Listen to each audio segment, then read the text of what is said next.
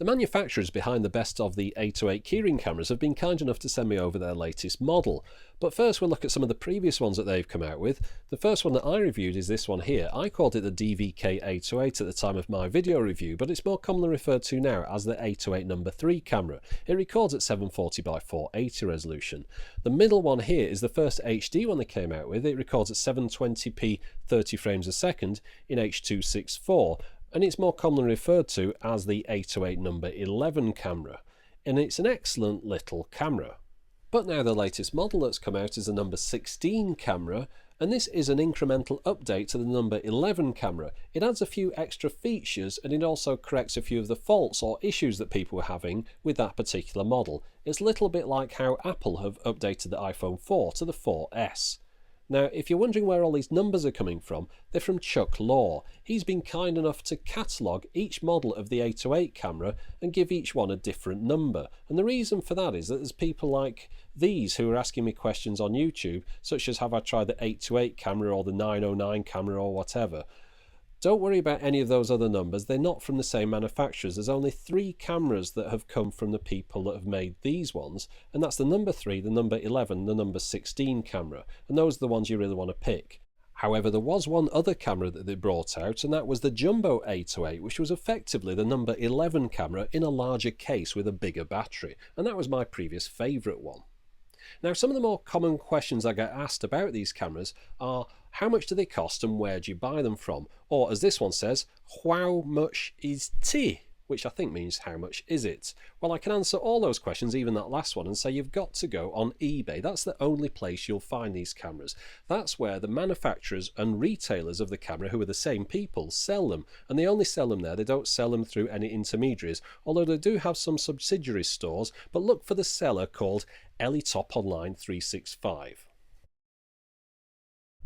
Now, this camera comes with a load of new features, and I'll try and show all those in this video. And because it's an update of the number 11 camera, we'll get rid of the number 3 camera and we'll just concentrate on the differences between these two. Now, because I can't spot them apart, I've had to label them on the bottom, and this was useful when I was carrying them around and doing some test footage to remember which one I was pointing at what. The cameras themselves are identical, they both come inside the same plastic case. To start off, we'll look at how each camera operates. So we'll switch the old one on first, and as you can see there, you tap it and the light comes on. Now we'll try that with the new number 16 camera. You tap it and you get a little brief flash. Just look at that there, a little flash of red. You actually have to hold down the button to switch this one on, and that's designed so that you can't accidentally switch it on in your pocket, which is something that a few people reported with the number 11. Now we'll just start it up, press it there. You see the quick flash there? I'll just stop it again and do it again. Quick flash and it's recording. Now that's recording video now. You can't see anything else happening, but trust me, it is actually recording at the moment. Now we'll try the same thing with the number 16. Tap the top. You get a slower flash of the orange light. And notice this. You've got a flashing light to show it's recording. Now that's optional. You can switch that on or off, but I've left it switched on. I think that's a very useful feature. You can actually see when the camera is recording.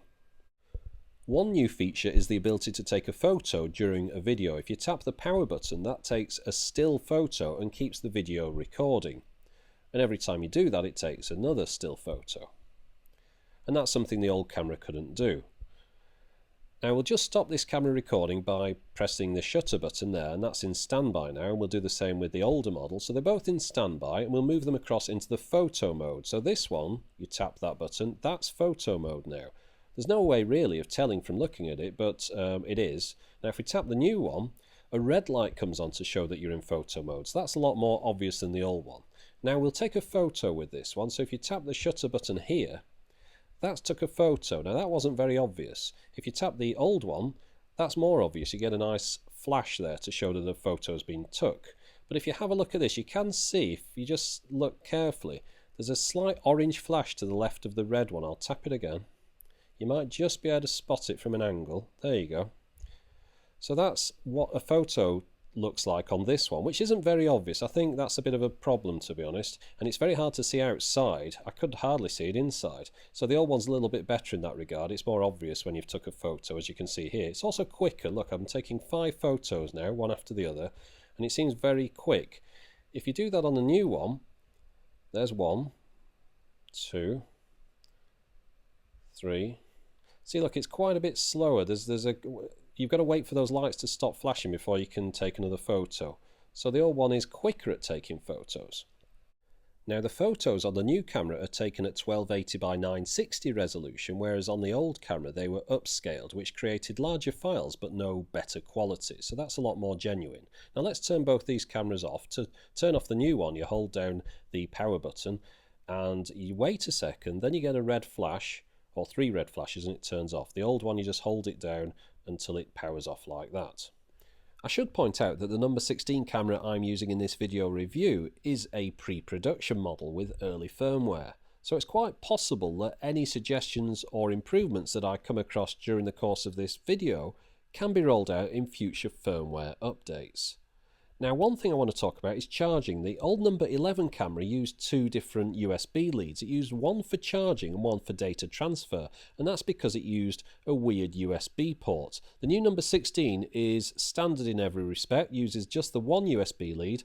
The green light comes on while it's charging and goes out when it's finished charging, and that can take up to 2.5 hours. Now that's a lot longer than the old one, but that's because it uses a controller chip to stop people burning out the battery from overcharging it or charging it too quickly.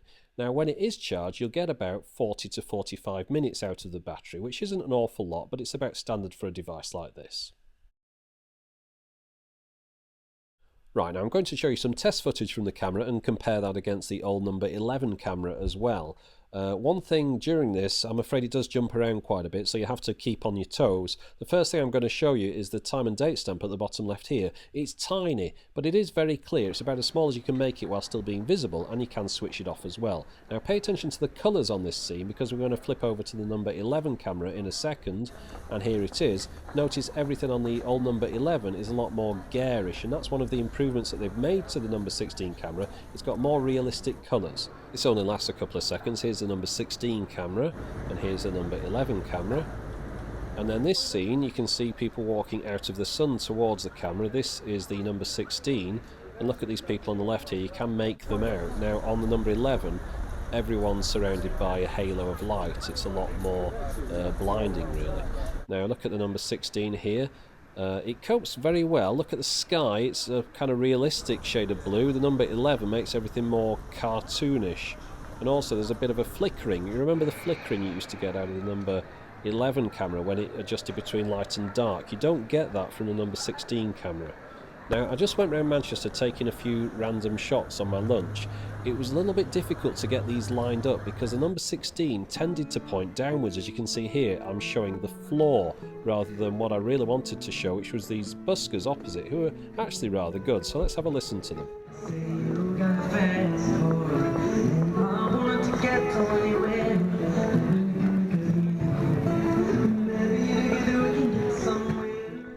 Now, so that we can do a bit of a comparison, we'll just zoom up to the top right of the image here and just look at this scene. This is the number 16 camera. Now, I don't think this is quite as clear as my old number 11 camera that we'll switch to now.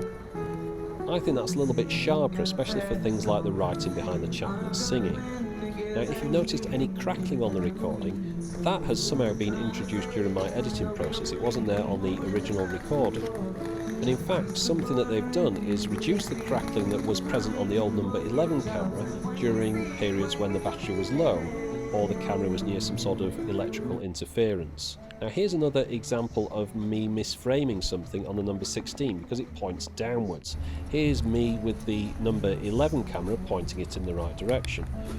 The number 11 points straight, and for some reason the number 16 points downwards inside. So here's the 16's version of this carousel, and here's the number 11, but as you can see here, the number 11's kind of made all the lights very orange and bright.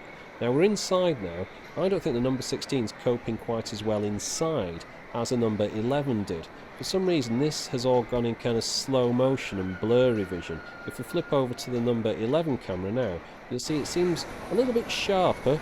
Again, we've got that kind of glare, which I don't know if that's something on the lens, but if you look at the GIF wrap on the left here, it's a little bit sharp and it doesn't seem to have that kind of blurry motion to it. Now again, under even lower light conditions, this is the number 16 camera, and the frame rate seems to have gone right down when I'm filming outside here in the dark. Look at the car going past in sort of slow motion. And if we just move across to the number 11 camera, if you can discount the glare, I think there's more detail on this camera in low light conditions, and that's something that I've noticed throughout. I think the number 16 camera tends to crush blacks a bit, and by that I mean rather than show shades of grey, it tends to make things into black and lose the detail.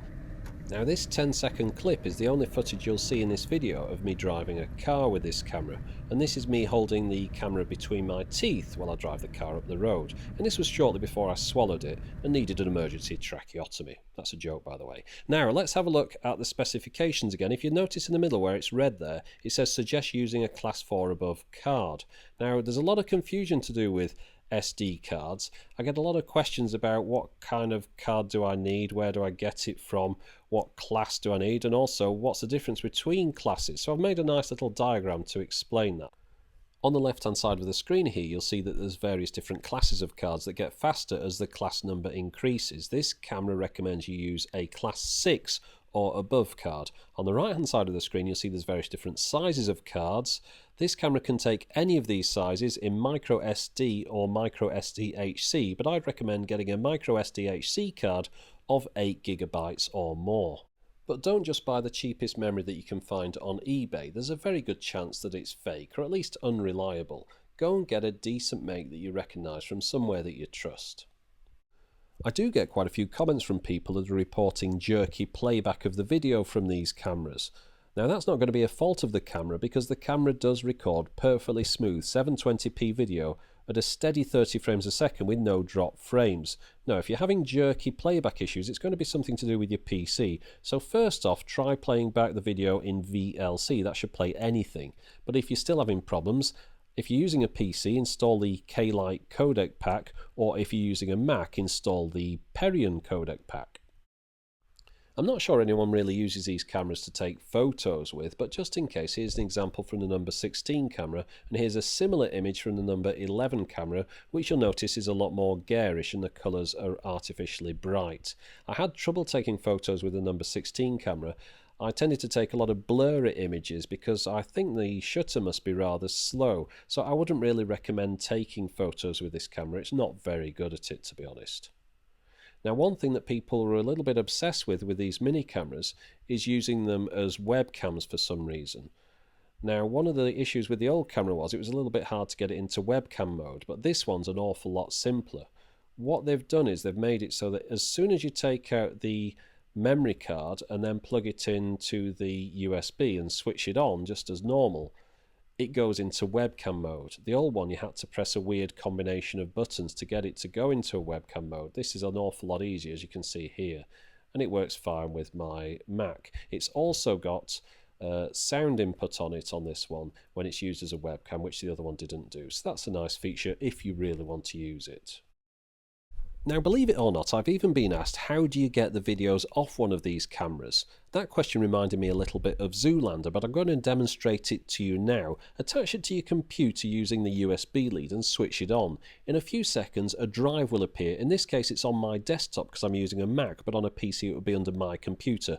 Double click on that drive and you'll find all your files on there. If you're familiar with the number 11 camera, you'll notice the file names on this one are slightly different to the ones from that camera. And one thing I've mentioned across the bottom of the screen there is that if you're recording continuously, you'll lose 3 seconds between each clip, and that's something that people seem to get a bit hung up about, so I had to mention it. Earlier on in the video I mentioned that there were a load of settings that you could change on this camera. Now I'm going to demonstrate what those settings are and how you go about changing them. It's a little bit fiddly. You have to hold down the shutter button and then hold down the power button on the camera. And then you let go of the power button and then let go of the shutter button. Wait for the camera to shut itself back down again, and then attach it up to your computer again and switch it back on. Once the drive appears, have a look on there and you'll see that a configuration text file has appeared. So let's have a look at that file and see what's in it. Right, I'll explain how this works. The information inside the square brackets is the bit that you can type over and change. On the right hand side it explains what the information inside the brackets is and what format you need to put it as. So notice on the top line there is the time and date, which you can type over to change the time and date, obviously. The next line down there says movie resolution, and it's got a 0 inside the square bracket. So on the right hand side, 0 is explained to be 720p at 30 frames a second, and there are some other resolutions that you can use there. But I would warn you that the VGA 60 frames a second mode isn't working at the moment, and it might not make it into the final production model. The movie cycle time on the next line down is something new on this camera. Yes, you can loop the camera round when it's full up if you want, and you can have the segments as 5 minutes, 20 minutes, 40 minutes or 70 minute segments. And that means, of course, you can also power and record at the same time on this camera using that USB lead. And you can set the movie recording loop to on or off. You can have the timestamp on or off. You can change the sound to off or 3 different levels. If you turn it off, apparently it gives you longer recording time. You can have the LED flashing whilst it's recording, which I've got set to on, which I find useful. You can change the movie quality into 3 different quality levels. And finally, on that last line down there, you can have the auto power off at different times. I've got it set to 2 minutes, which means that it's a 2-minute standby between each recording. That means it's not always switching itself off when I want to do the next recording. So once you've made all the changes that you want to make to that file, save it over the top of the file that you had inside the camera, and then detach it and then press those buttons again in the same order, and that writes those new settings into the camera's memory and deletes the file from the memory card. Now the next thing we'll do is update the firmware just to show you how that's changed. Now the previous one, people had a bit of trouble with this, so they made it a little bit more foolproof.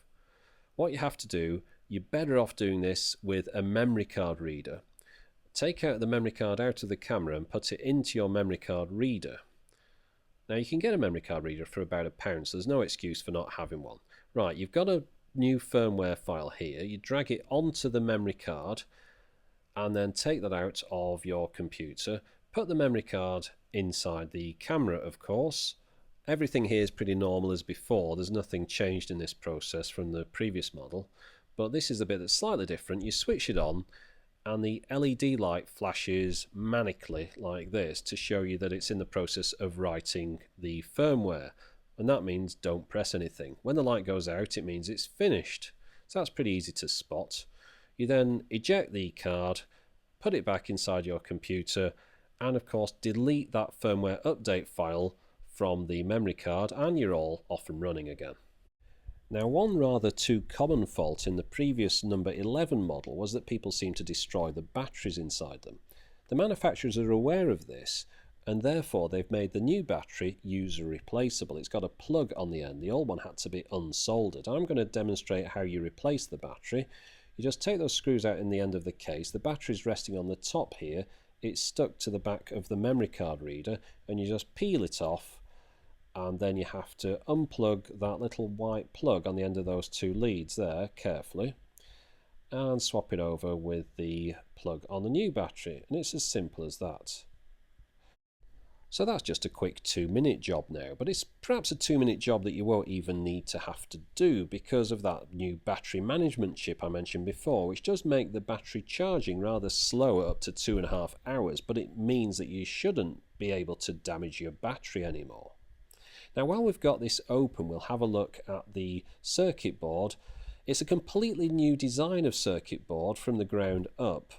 And if we flip it over, we'll have a look at the lens mechanism. You'll see here it's on a ribbon cable. Now the old one was fixed to the circuit board, so if you want to point your lens at an angle, maybe make a new case for it, that's something you can do with this one.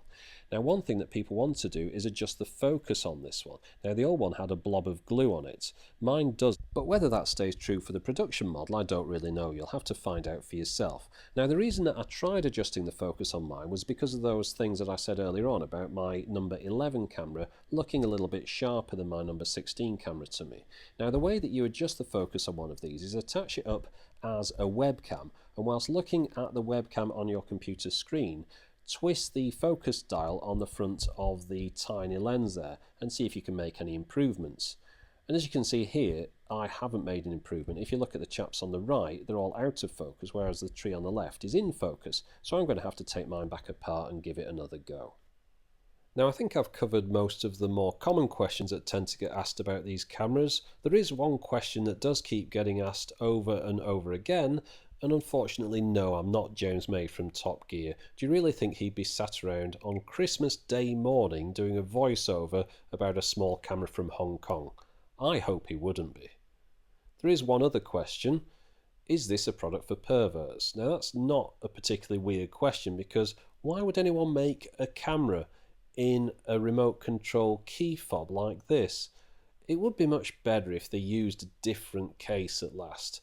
Initially it was a bit of a novelty, but this is such a good camera, it really does deserve a better case than this. I mean, they've made 3 different cameras now using the same plastic case, which is also available to other camera manufacturers, and it causes confusion in the market and means Chuck Law has to come out with numbers for these because everyone gets them all mixed up. If I was Ellie Top Online, I'd start using new camera cases, maybe something waterproof, and I think they might have something in the works like that. Now, if you want to know a little bit more about these cameras, or an awful lot more about these cameras, go over to the RC Group's forum and you'll find everything you need to know over there under the aerial photography forum heading. Now, there are other people doing some tests of this camera over there, and those might be a bit more specific than mine. Mine was a bit of a general test, and some people are having even better results than I had with it. Now, Chuck Law's got his own page about the A28 number 16 camera as well, so be sure to have a look over there. Oh, and remember, you can buy this camera only on eBay. Look for the seller called Ellie Top Online 365, strange name I know. Do an advanced search and put it under the seller search, and there you'll find them easily. And I'll just finish off by having a look at a couple more comments. Oh, that's a nice one, thanks very much. Actually, hold on a minute. You probably still think you're speaking to James May, don't you? Never mind. Thanks for watching.